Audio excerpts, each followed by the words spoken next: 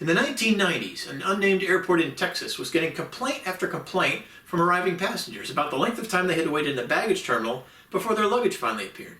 This had been an ongoing problem for several years, and airport management tried everything to solve the problem. Their actions even included hiring additional staff, which brought the total wait time down to under 8 minutes, which is better than the industry standard. Yet the complaints did not end. The way they solved their problem may surprise you, and can serve as a great example of how seemingly crazy ideas can actually be turned into effective solutions. What was their solution to the problem? They moved baggage claim further from the gate and made passengers walk 5 times further to get there. Airport management decided they had to look at things from the traveler's perspective. Since the gate was close to baggage claim, it only took passengers 1 minute to walk there. Then they spent the next 7 minutes waiting around for their bags to show up. The airport had already done all they could to get the luggage to baggage claim as fast as possible, so that left them one other option: make it take longer for the passenger to get to baggage claim. After moving baggage claim further away, the passengers now had to walk 6 or 7 minutes to get there. But as a result, once they did arrive, it only took about a minute for the bags to appear. Management had slashed wait time at baggage claim by 6 minutes. And guess what? The complaints disappeared. So there you have it, a true account of a very creative way to solve a problem. And it worked. But why? Since airport management had framed the problem correctly, they were able to find an effective, though somewhat counterintuitive, solution. The output of the first step of the problem-solving process is the problem statement. You use that problem statement in the second step to focus your efforts and help your team find alternative solutions. Being able to think creatively and come up with a variety of ideas is a critical component of this step. There are lots of ways to do this, but it all seems to boil down to the concept of brainstorming. In a focused effort, your group develops a large volume of possible ways to solve the problem. Then you narrow the list and take a closer look at your top candidates. Traditionally, you do brainstorming as a group, with 8 to 12 people seen as the optimal number of participants. The more diverse the membership of the group, the better, since each will be able to contribute from his own unique perspective. Maybe the best way to describe a brainstorming session is to see one in action. This is the way one such session may have gone about 3,000 years ago, long before the term brainstorming had even been invented. Okay guys, you all know why we're here. We've been trying to capture Troy for 10 years now and we can't seem to get it done. We need some more ideas. Anticlus, you're going to be our recorder. Since they haven't invented projectors yet, how about just use that easel over there, okay? Write down all the ideas you hear. Got it, boss. Okay, I'll facilitate. You've all had some time to think about this now, so give me some thoughts on how we're going to capture Troy with this army as soon as possible. We need to come up with at least 5 new ideas. How about we assault the walls again? Oh, like that? Here we go again. Hey, easy guys, remember, this is a no judgment zone. Oh, okay. Well, what if we assault them at night? Okay, we could do that, and maybe dig a tunnel under the city. Oh, all right. Good one. Okay. More ideas? Okay, time to change up the thinking.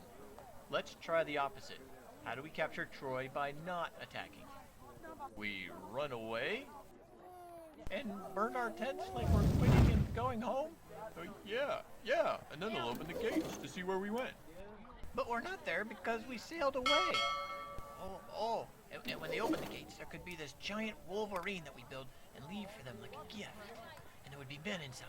And when they take it into the city after dark, they will sneak on it in the city gates. Right. And then our army sails back at night and attacks when our guys open the gates. Yes, I can see where this is going. And what if the wolverine were a giant horse? Okay, so there you have it. Brainstorming in the ancient world.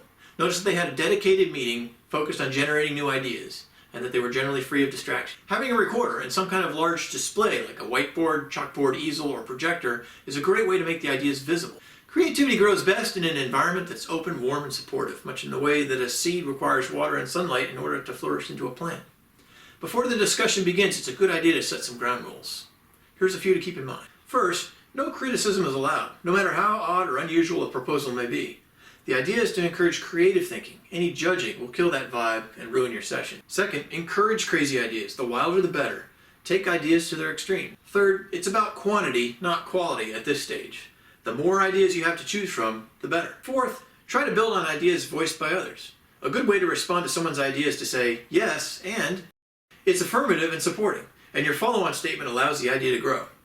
Responding with a no or a but doesn't help the focus of the group. Finally, every person and idea is of equal worth. Make an effort to ensure that everyone has an opportunity to be heard. The loudest person in the room does not always have the best idea. The whole meeting can be one chaotic session, but a little chaos can be good. The moderator should try and keep the group on track. Follow one idea train for a while, then switch to something else. As each idea surfaces, have the recorder write it down for all to see and consider. It will stimulate their thinking and generate additional ideas. Encourage members to shout out their ideas. Remember, laughing is good, though criticism is not. Once you're done gathering ideas, pick the best 3 to 5 of them. These are the ones you'll focus on for further consideration. Think about how you might actually implement these ideas and write down what you might need. Think of it as that plant and what kind of roots that plant might need to grow. List things like resources, manpower, or funding, or anything else that's important to you. This will help you when you get into the 3rd step, deciding upon the best of these alternatives. Generating a wide variety of alternative solutions for your problem requires the right environment for creative ideas to grow. If you are intentional about giving them that place to grow, then you'll find your garden rich with possibilities and the fruits of your labor will be ready for step 3, making a decision. Thanks for watching. 这就看。